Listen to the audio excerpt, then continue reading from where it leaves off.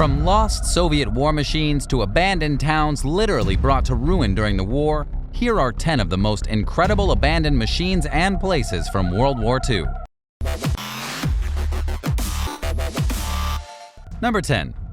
Abandoned cement blocks. One of the most fascinating abandoned relics from World War II is located in Scotland. A line of defensive barriers that once lined the Moray coastline between Findhorn Bay and Cullen Bay went straight through the dark and spooky Lossy Forest and Roseisle Forest. These massive concrete barriers, which look like something you'd find at a construction site, were actually known as anti-tank blocks. They were used as a method employed during World War II to keep tanks from coming into an area. The blocks were erected in a single straight line to prevent enemy attacks from sneaking past if the Germans were going to try a sneak attack by unloading soldiers on the Scottish mainland. These blocks were often joined by pillbox bunkers where soldiers would be stationed to keep a lookout. The anti-tank blocks are still there today in Scotland, stretching across the forests. They were constructed originally by the Polish Army Engineer Corps stationed defensively in Scotland, and even though no German tanks rumbled through the woods during the war, the concrete blocks still served as a safety precaution until the battles ended and they were abandoned. Number 9.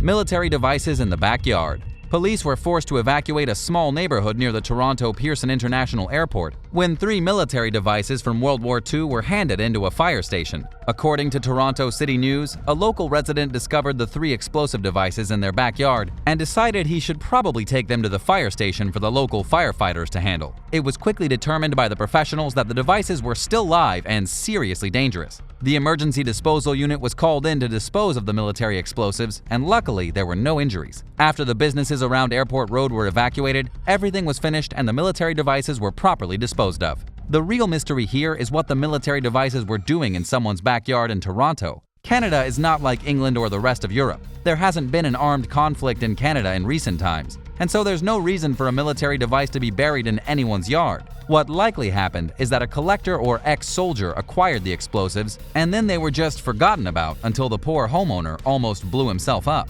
Number 8. Soviet submarine.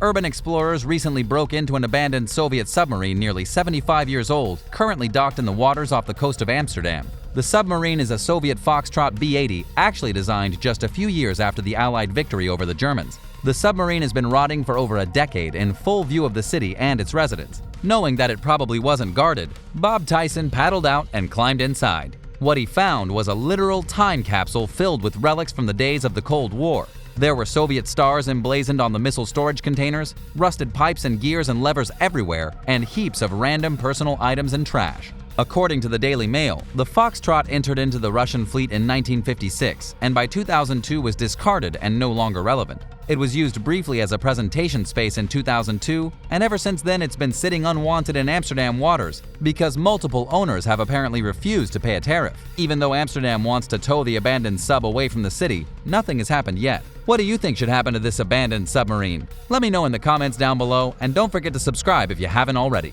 Number 7. The Old Mill Ruin. The Old Mill Ruin in modern-day Volgograd is one of the ugliest structures still standing from the devastating Battle of Stalingrad during World War II. It is often considered a serious turning point in Germany's assault against Russia and one of the most brutal, bloody, and deadly battles during the entire war.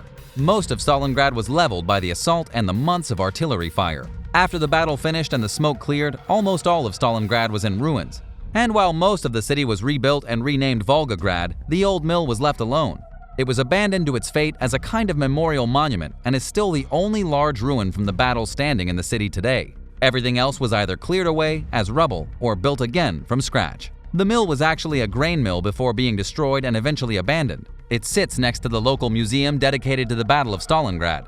The roof is missing, but the red brick walls are somehow still standing strong. The interior is nothing but a hollow shell. It's probably the biggest war relic not just in Volgograd, but in all of Russia. Number 6. The German Artillery Battery. The German artillery battery located at Lons-sur-Mer in France is the most notorious weapon from D-Day, when the Allied forces stormed the beaches of Normandy. This gun was perfectly positioned to take on the landing armies on June 6, 1944. It was installed at the edge of a roughly 180-foot, 55-meter cliff, with a direct line of sight to where the Allied fleet was landing between Omaha Beach and Gold Beach. This destructive weapon took many lives. It had 4 150mm guns and one 120mm gun, and they were used to devastate the incoming soldiers. In May 1944, the battery was still operational, but the firing command post built on the edge of the steep cliff didn't have enough of the necessary equipment for calculating the most effective fire against targets anymore. The artillery battery was eventually overrun by British troops, and afterward, the battery was just kind of abandoned. There was a lot going on and nobody thought about tearing down the old German battery for years, letting it slowly decay on its own until it was recently turned into a tourist site. Now visitors can check out the old abandoned battery that once housed 180 Nazis hell-bent on killing everything that stepped foot on the shores of Normandy. Number 5. Manzel Army Seaforts. The Manzel Army Seaforts are some of the strangest abandoned structures left over from World War II. They rise out of the water like strange space invaders from a science fiction novel. The rusty structures are located in the Thames estuary and were originally built in 1942 as part of a vast defensive network to defend the British Isle against German aircrafts. Each of the forts consisted of a small cluster of stilted buildings surrounding a main command tower. Back in the 40s, there were catwalks connecting every building to one another. But those days are long gone and the catwalks have since decayed. After the war, the forts were abandoned and left to crumble into the sea.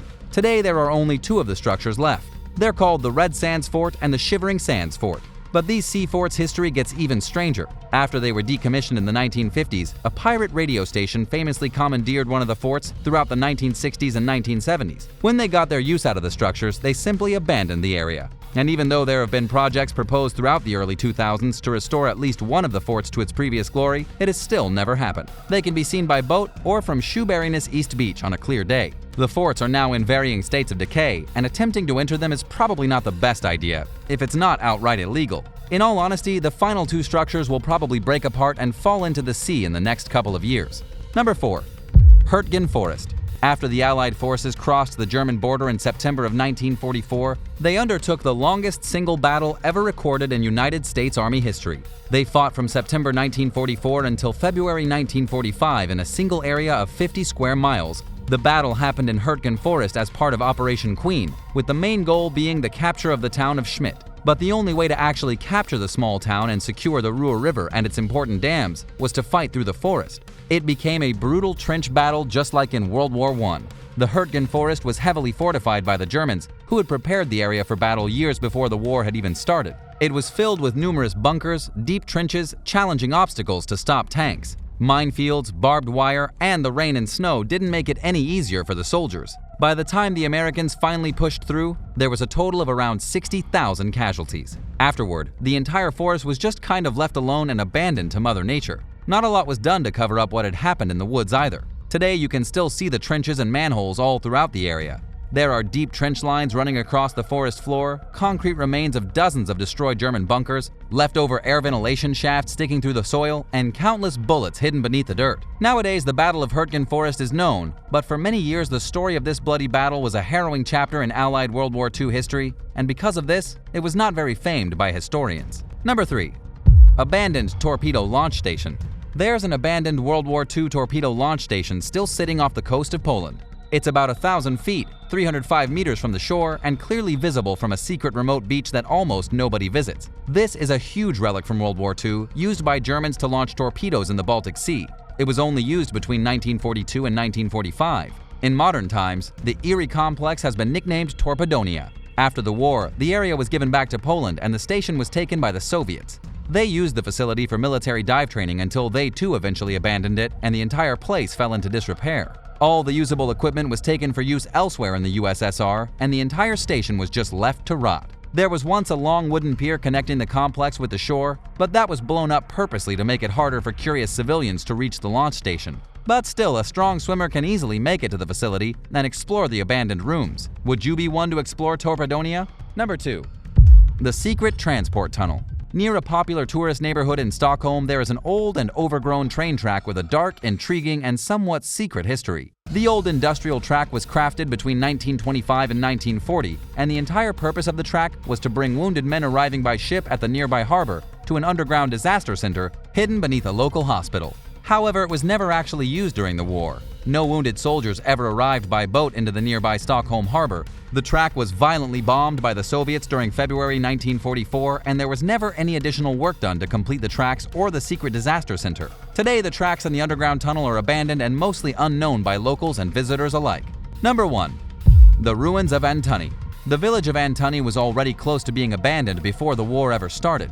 This small town is situated near two artificial basins constructed in the late 1930s in the Toronto Valley. Antoni has seen its share of conflict for hundreds of years, as it was for a long time a historic stronghold between the Papal States and the Kingdom of the Two Sicilies, another complicated history altogether.